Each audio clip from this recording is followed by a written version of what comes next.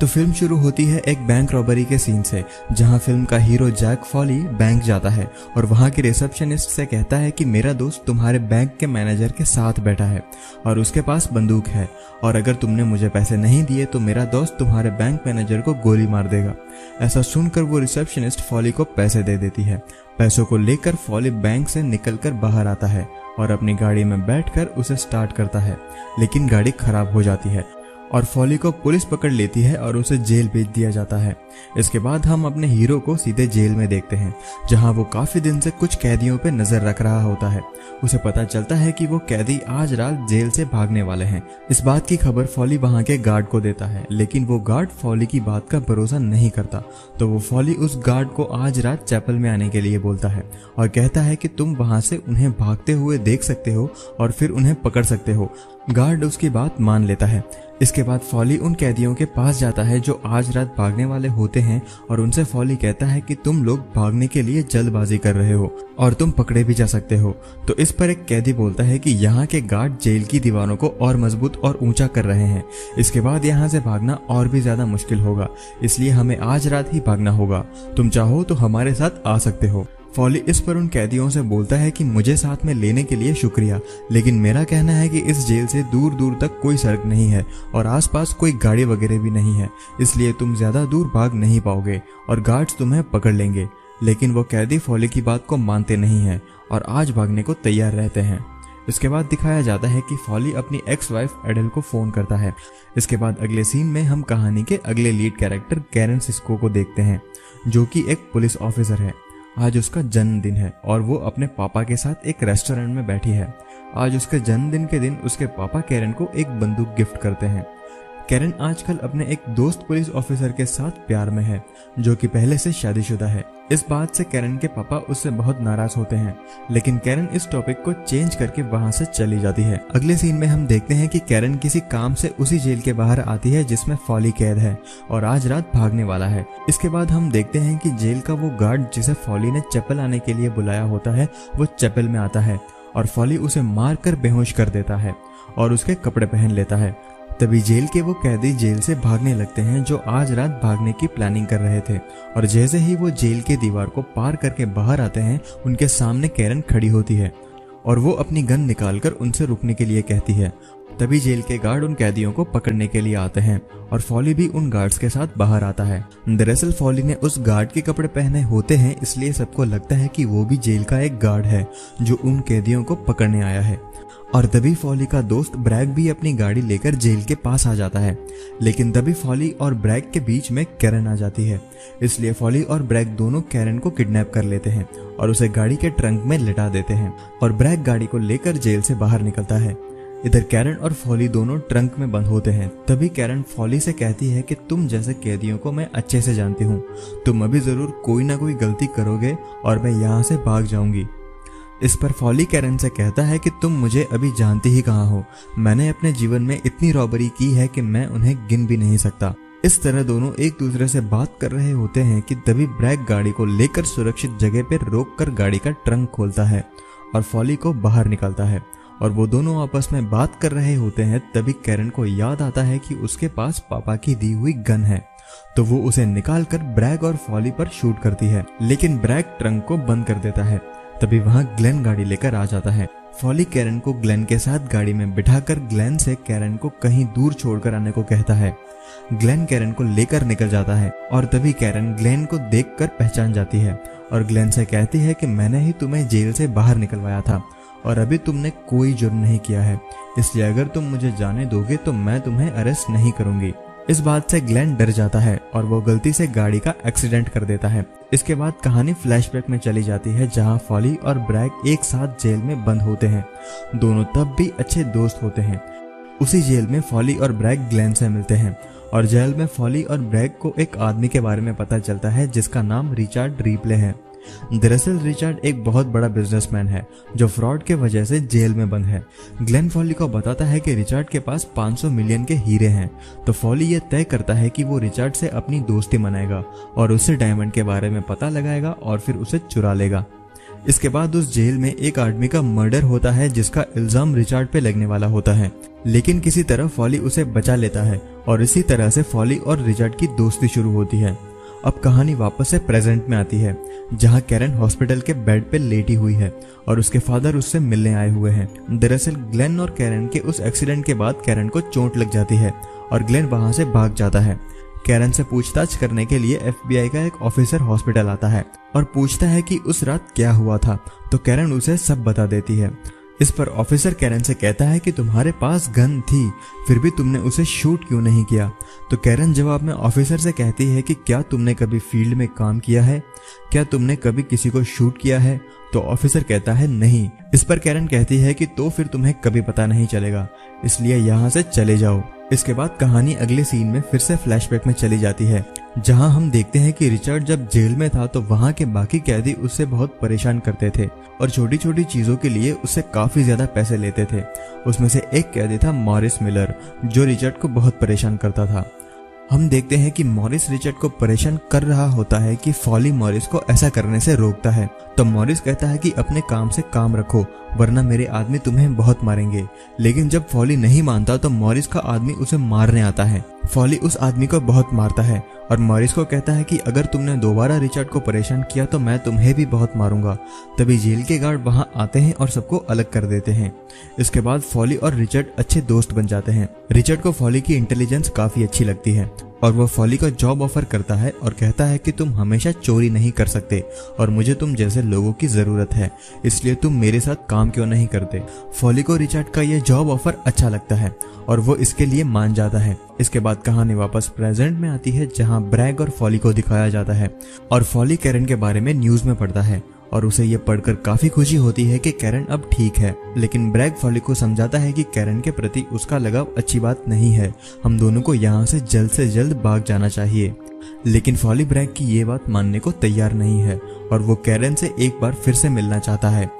वहीं कैरन के घर पर दिखाया जाता है कि कैरन का बॉयफ्रेंड उसके घर आया है। कैरन के फादर को ये बिल्कुल पसंद नहीं, क्योंकि वो पहले से शादीशुदा है। फिर भी वो कैरन के बॉयफ्रेंड को बैठने के लिए बोलते हैं। तीनों बात कर रहे होते हैं कि तभी कैरन को किसी का फोन आता है। ये फोन फॉली का होता है। कैरन फोन लेकर बाहर चली जाती है और फॉली से बात करती है और कहती है तुम्हारे पास मेरी एक गन है जो मुझे मेरे फादर ने गिफ्ट दी थी। इस पर फॉली कहता है कि मैं तुम्हारी गन देने आ जाता, लेकिन तुम्हारे साथ वहां तुम्हारी पूरी टीम होगी जो मुझे पकड़ना चाहती है, इसलिए मैं आ नहीं सकता। तो कैरन कहती है तुम कुछ भी कर लो, तुम बहुत जल्द पकड़े जाओगे।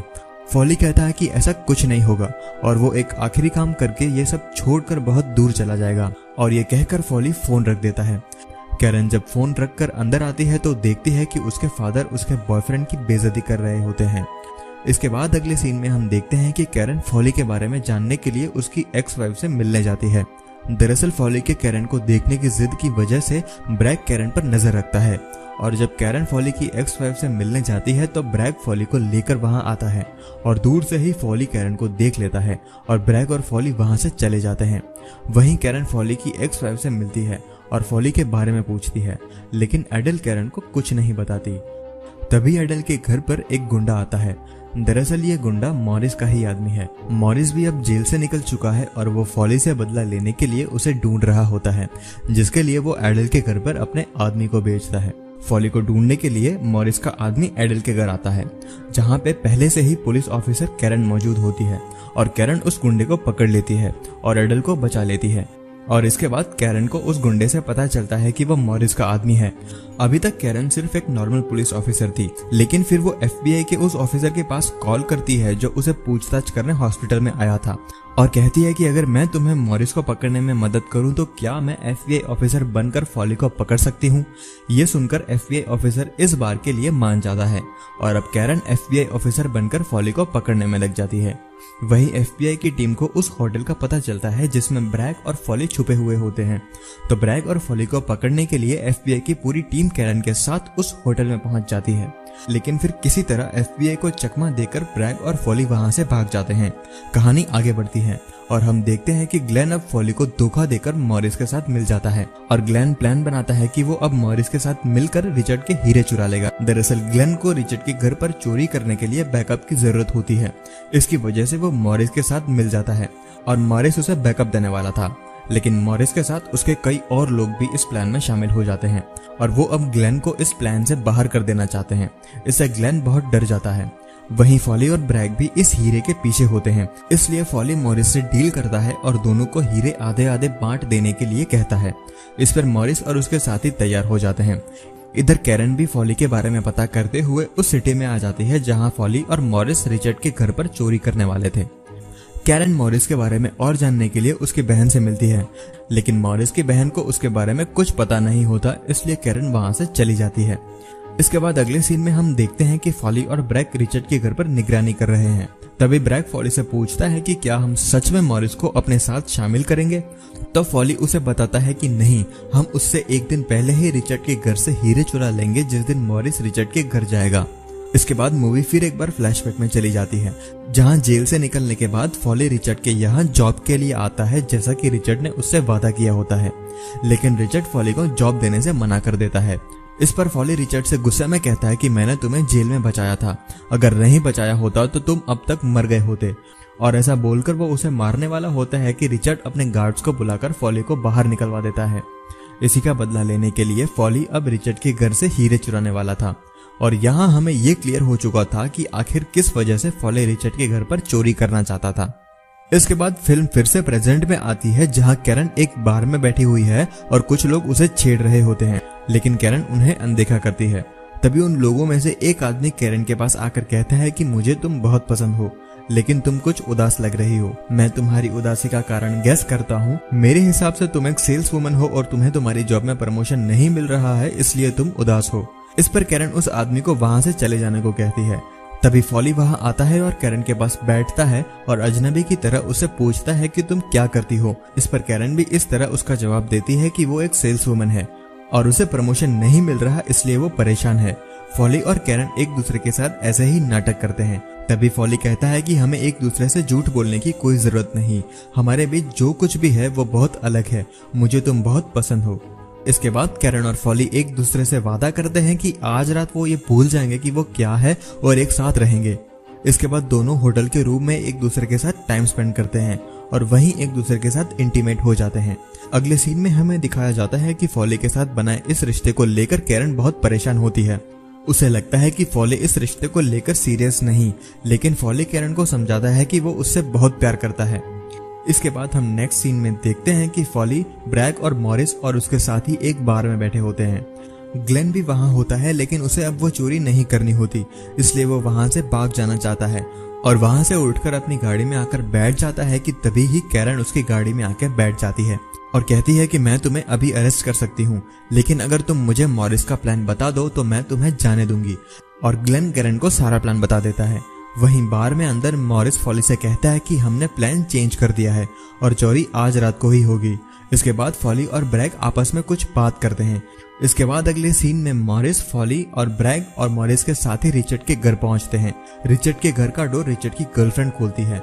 वो उससे रिचर्ड के बारे में पूछते हैं तो वो बताती है कि वो घर पर नहीं है। मॉरिस उसकी बात का विश्वास कर लेता है और मॉरिस और उसके साथी पूरे घर में हीरे ढूंढने लगते हैं। तभी मॉरिस को एक लॉकर मिलता है। मॉरिस और उसके साथी गोली मारकर उसे खोलने की कोशिश करते हैं। वो लॉकर नहीं खुलता। फिर रिचर्ड की गर्लफ्रेंड मॉरिस को लॉकर का पासवर्ड बताती है, लेकिन उस लॉकर में कुछ नहीं होता। वहीं दूसरी तरफ फॉली को रिचर्ड के घर पे एक फिश टैंक मिलता है, जिसमें रिचर्ड ने हीरे छुपाए रखे होते हैं। फॉली उन हीरो को निकालकर ब्रैग को देता है और जाने के लिए कहता है।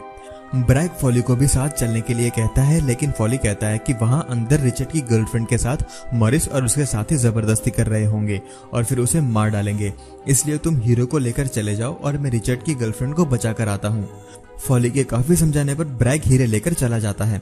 इसके बाद फॉली रिचर्ड के घर पर वापस आता है और रिचर्ड की गर्लफ्रेंड को बचाने लगता है। मॉरिस का एक आदमी रिचर्ड की गर्लफ्रेंड के साथ जबरदस्ती कर रहा होता है।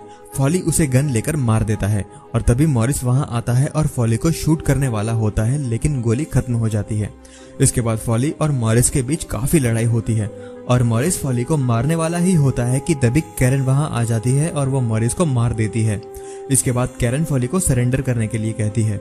इस पे फॉली कैरन से कहता है कि वो उसे गोली मार दे, क्योंकि फॉली वापस जेल नहीं जाना चाहता और कैरन के हाथों से मरना उसके लिए एक अच्छा अंत होगा। तभी पुलिस वहां आ रही होती है तो कैरन फॉली के पैर में गोली मार देती है और उसे अरेस्ट कर लेती है। इसके बाद कहानी आगे बढ़ती है और फॉली को एक जेल से दूसरी जेल में भेजा जा रहा था और ये काम कैरन को करना था। वहीं उस पुलिस वैन में फॉली के साथ एक आदमी और होता है जो कई बार जेल से भाग चुका होता है। वो फॉली से कहता है कि वो कई बार तो पुलिस वैन से भी भाग चुका है।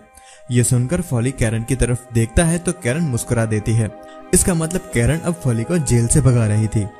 ब्रैक के पास हीरे सेफ होते हैं और अब फॉली और कैरन यहाँ से भाग जाएंगे और अब आगे साथ में जिंदगी बिता सकते हैं, जिससे उनके पास बहुत सारा पैसा होगा।